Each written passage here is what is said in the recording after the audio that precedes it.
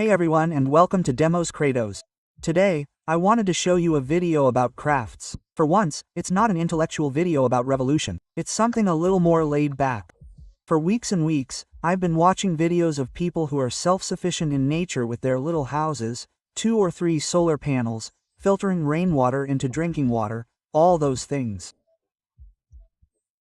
And today I wanted to test the construction of a solar panel system to see if it's something that everyone can do that can allow us to have real autonomy, or if it's really more of a hassle than I thought. I'm not a handyman at all, so if I can do it, almost everyone should be able to make a solar panel system. There you have it, it's a nice little video. I want to show you the system I made, and in the coming weeks, you'll have much more important videos on the channel. Major reports on agroforestry, on a sanctuary in Switzerland that takes in animals rescued from slaughterhouses, an interview on the criticism of the city. In short, there are lots of big projects coming up, and I want to thank all the people who support us on Tipeee, because it's thanks to you that we were able to finance these big projects that will be coming up in the coming weeks. And in the meantime, here's a short video where I'll show you the solar panel system. An important point, I'm not a professional at all, so I might make mistakes or make inaccurate statements. I'll leave you in the comments section to correct me, and so that we can all learn together how to build our solar panel systems and be energy self-sufficient. We'll see that right away. For the solar panels, I bought these 2 directly from Germany because they are much more advanced than us in the field of renewable energy. So, most of the time, everything you're looking for in solar panels is German. We have 2 of them, each 12 volts, 100 W, 8 amps. So that will give us a small power of 200 W, which will allow us to do a lot of things. We'll see that in a moment. And then I made a small wooden support behind them to tilt them at 37 degrees because that's the best angle for capturing maximum light. So, I decided to connect my 2 panels in parallel. In parallel, that means that I connected the negative pin of the first panel to the negative pin of the second, the positive pin to the positive pin of the second, and on the second panel, I reconnected electrical cables which will go to the charge regulator, then to the batteries, which we'll see in a moment. The advantage of this system is that we will maintain the voltage. We are still on 12 volts, but we double the amps. So we go from 88 to 16 amps. 12 volts for the 2 solar panels. 16 amps is fine. It doesn't bother us too much because the size of the cables we use can easily support 16 amps. We could also have connected these 2 panels in series. So, we would have connected the positive plug of the first panel to the negative plug of the second, and the other 2 plugs would have gone to the charge regulator and the batteries. I'll put the graphics on the screen so you can better understand how to make these connections.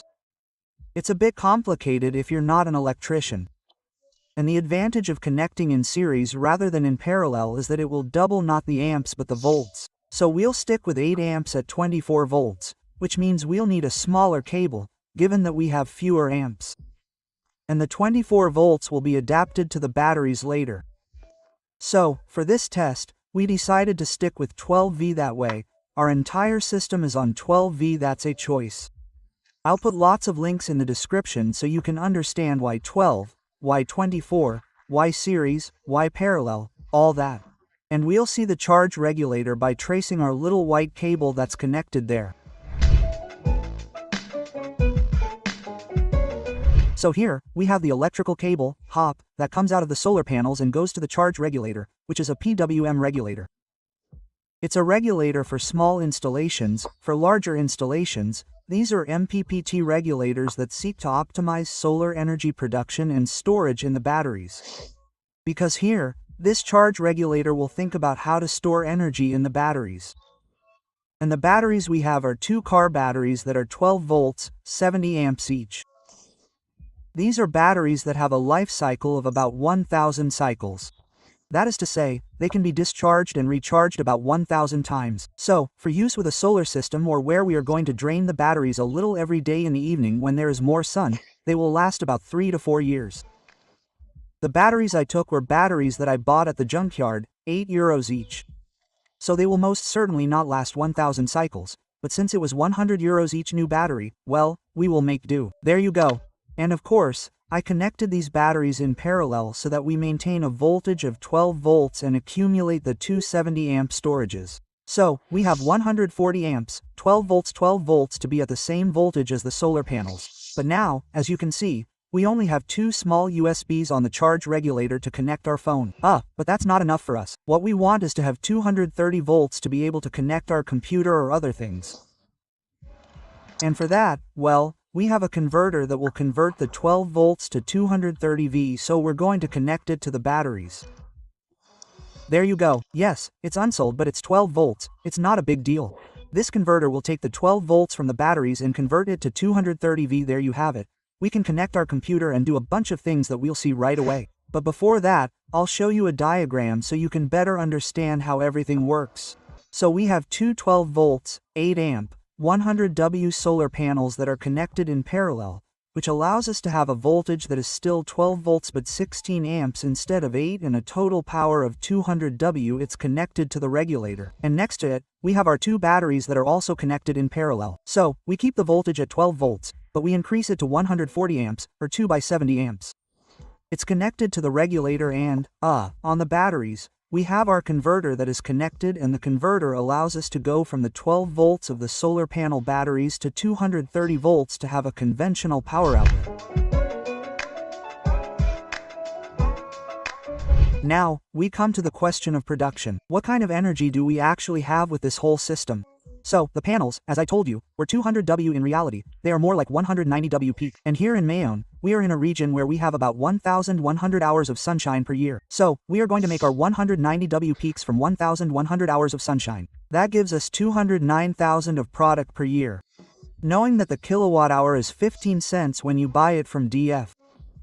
So here, we have about 30 euros of electricity produced per year. Knowing that the installation cost me 300 euros. There you have it. In 10 years, it can pay for itself. The solar panels, they last 25 years. On the other hand, the batteries, as I said, were junk batteries at 8 euros each. You'll have to change them regularly or buy new ones that cost 100 euros each. So economically, it will pay for itself a little longer. But what interests us is not so much whether we earn the most money by doing this. Are we traders? No. What we want to know is whether it gives us energy autonomy. What objects can we actually power with this system? Well, to do that, we'll have to calculate how much it produces per day on average to give us a typical day and see what we can power. So the panel, we said 209,000 W per year, so divided by 12 months, that gives us 17,416 W per month. Divided by 30 days, that gives us 580 W per day. Knowing that this is an average, in the summer, it will obviously produce a lot. In the winter, very little. But the average for the year for our example here in this video is 580 W per day.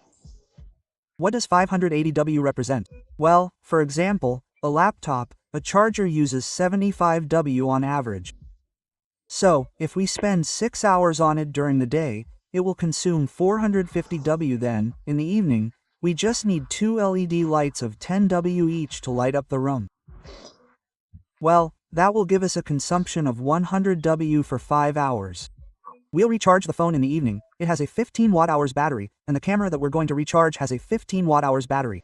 So you see, we can have the camera, the phone, my laptop on for 6 hours during the day, the lights for 5 hours in the evening, all that's less than 580 W, so it works. On the other hand, as soon as we want to add a fridge, for example, a fridge consumes between 300 and 800 W, so here, our panels will perhaps be enough to power a small fridge, but that's it, nothing else. And if we're talking about a washing machine, those are household appliances that consume more than 1000 W per cycle.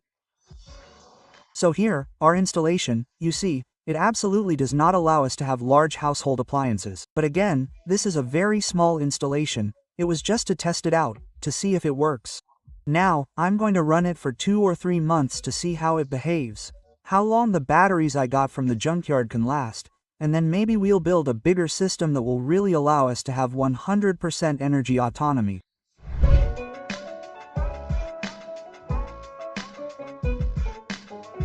In conclusion, we have our little solar panel system that works pretty well. I admit that I had a lot of trouble making it, even though my father is an electrical engineer, and we had a hard time doing it. But there you have it. Now I have a bit of autonomy. I could continue to publish videos on demos Kratos, and that's the most important thing, but you're most likely going to tell me in the comments that solar panels aren't really eco-friendly. And yes, I've asked myself that question many times. Indeed, there are rare earths in solar panels, there's lead in batteries, but the panels and batteries are still 100% recycled today. So we are still working on something that is trying to control and reduce the ecological impact of this type of energy production. And then above all, we have a technological innovation that is very important. We have panels that are being invented that will not use rare earths. We have similar batteries that will be designed not to pollute. This is a market that is really booming. Trust the market, he said. There you have it. So, we will see how it develops, but I think it is very important to see that having a small solar installation, even if it is not 100% eco-friendly, will force us to reduce our electricity consumption, to become aware of what we produce and what we consume, and therefore to reduce our ecological impact. So even if the panels and batteries are polluting, with my little system, it will considerably reduce the pollution that I liked compared to if I stayed on the classic electricity from EDF or ELIC and continued to consume without thinking about it. So there you have it. This is the video I wanted to make to show you that you can indeed build a solar panel system yourself. It's doable, it's quite complicated. It takes weeks and weeks to fully understand watts, kilowatts, volts, amps, all that. But it's worth it. I think we've got something to gain in autonomy, and that's very important on the channel, as you know. We'll talk about it again in the videos that will be released in the coming weeks. Autonomy, reducing our impact on the planet, and above all, living in coexistence with the living world. There you have it. I hope you enjoyed this video. Feel free to share it, discuss it with me in the comments of this video, explore it further, and most importantly, subscribe so you don't miss the next videos that will be very interesting. Thank you all and see you soon on Demos Kratos.